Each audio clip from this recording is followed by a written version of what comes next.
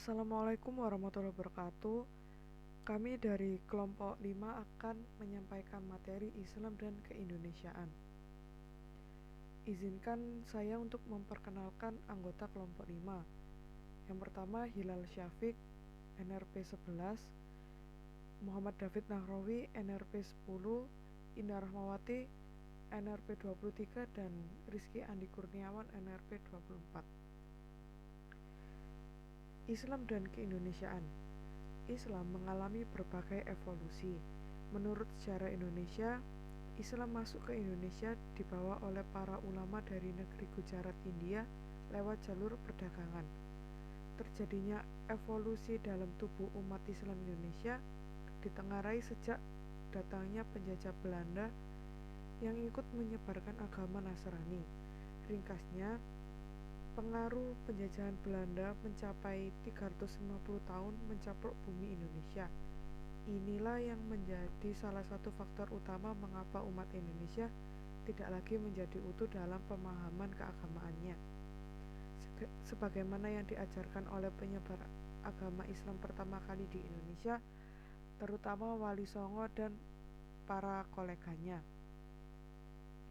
Kini umat Islam di Indonesia telah menganut berbagai mazhab pemikiran serta perilaku keagamaan yang semakin hari semakin bermunculanlah hal-hal yang sebelumnya tidak dikenal oleh masyarakat Islam Indonesia.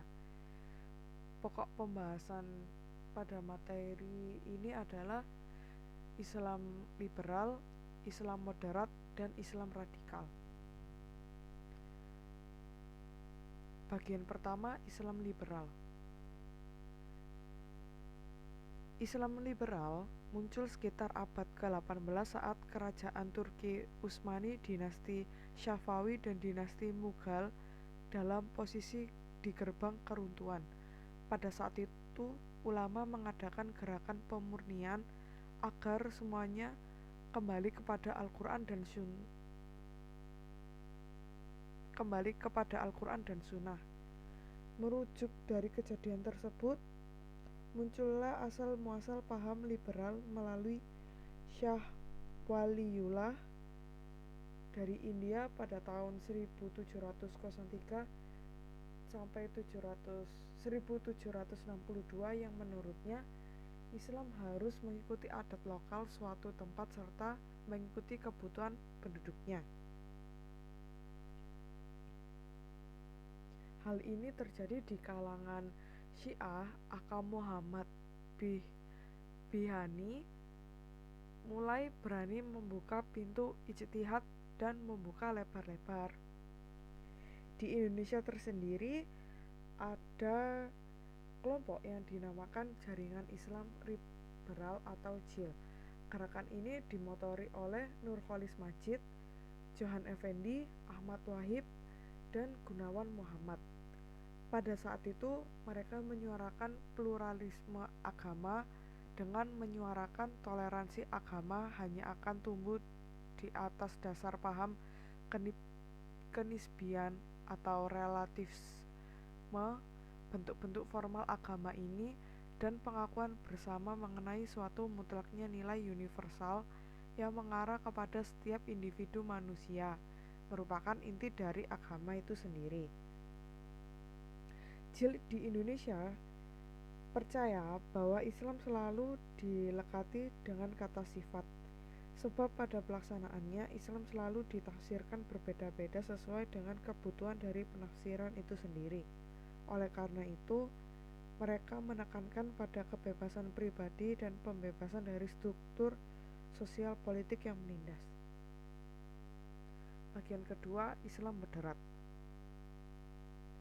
Berdasarkan sejarah perkembangan Islam moderat, pada awal abad ke-20 ditandai dengan munculnya gerakan-gerakan Islam yang monumental atau kesan yang menimbulkan dampak yang besar.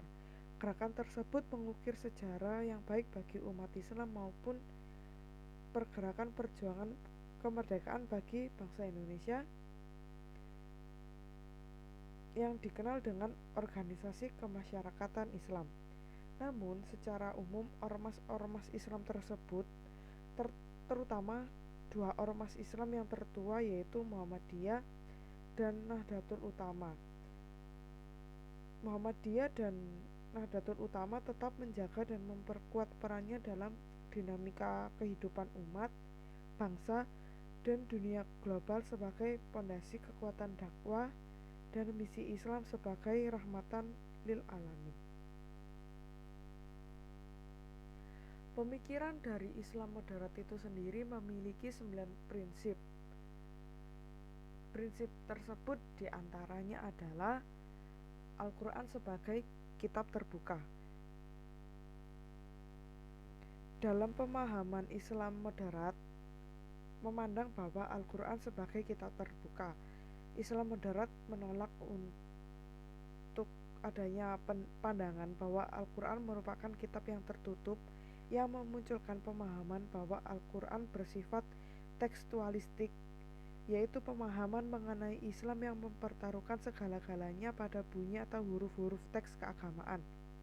Jadi, prinsip dari Al-Quran sebagai kitab terbuka juga didasarkan pada suatu pandangan bahwa kehidupan manusia selalu berubah-ubah dan dinamis, sementara teks-teks keagamaan terbatas.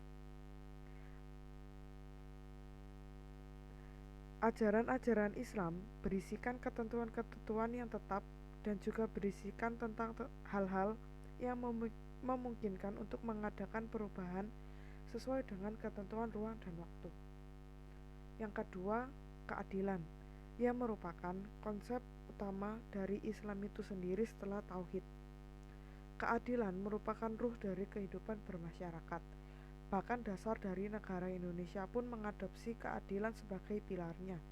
Keadilan adalah tujuan dari syariat bagi sebagian ahli usul fiqh. Selanjutnya, kesetaraan. Islam berada di garda terdepan untuk disetujuinya adanya kesetaraan harkat, derajat, dan martabat manusia. Kesetaraan di sini yaitu sebuah konsep yang dimana kehidupan umat manusia menghargai kesamaan asal muasalnya sebagai umat manusia. Karena salah satu misi dari Islam itu sendiri adalah menghancurkan sistem sosial yang diskriminatif atau membeda-bedakan dan eksploitatif atau sikap sewenang-wenang terhadap kaum yang lemah. Selanjutnya, toleransi. Islam moderat pun ditandai oleh sikap keterbukaan terhadap keanekaragaman pandangan. Sikap ini didasari oleh kenyataan bahwa perbedaan di kalangan umat merupakan sebuah keniscayaan. Oleh karena itu, pemaksaan pada mereka yang berbeda pandangan dalam berdakwah, baik persoalan suatu agama maupun berbeda agama, tidak sejalan dengan semangat menghargai perbedaan yang menjadi tuntutan Al-Quran. Selanjutnya, pembebasan. Agama sejatinya diturunkan ke bumi untuk mengatur dan menata kesejahteraan manusia. Oleh karena itu, agama secara produktif dipahami sebagai sarana transformasi sosial. Dan untuk konsep Islam yang sesungguhnya, tidak diperbolehkan menggunakan agama sebagai tampilan yang menakutkan. Agama juga seharusnya dijadikan sebagai kekuatan kritik dan bukan sebaliknya menjadi anti kritik. Konsep berikutnya adalah kemanusiaan. Dalam pandangan Muslim moderat, sejak awal kehadirannya, Islam memperlihatkan tekad yang besar dalam upaya membangun masyarakat yang adil dan menjunjung tinggi nilai-nilai kemanusiaan. Dalam pandangan Islam moderat, di dalam Al-Quran telah diajarkan bahwa manusia secara keseluruhan telah mendapatkan kemuliaan dari Allah Subhanahu wa Ta'ala tanpa membedakan agama, ras, dan warna kulit. Berikutnya, pluralisme.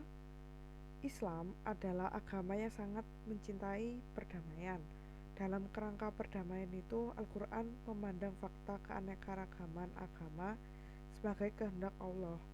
Perbedaan agama terjadi karena perbedaan inilah yang dianut oleh Islam. Kristen dan Yahudi, dan agama yang berasal dari satu sumber, yaitu Tuhan. Sensitivitas Islam diturunkan oleh Allah sebagai penuntun atau hadi, pembawa kabar gembira atau basyir, dan pembawa peringatan atau nazir bagi umat Islam, dan fungsi ini menimbulkan perubahan cara pandang dan pemikiran terhadap pemeluk kaum perempuan. Islam mendeklarasikan kesamaan hak perempuan dan laki-laki itu adalah sama di hadapan Tuhan. Yang terakhir, non-diskriminasi. Islam secara tegas menolak adanya tindak kekerasan, peminggiran suatu kaum, atau ketidakadilan. Teladan Nabi di Madinah dengan membangun kesepakatan mengenai hak dan kewajiban yang sama di antara kelompok-kelompok, suku, dan agama menunjukkan kesetaraan dan non-diskriminasi di antara elemen masyarakat.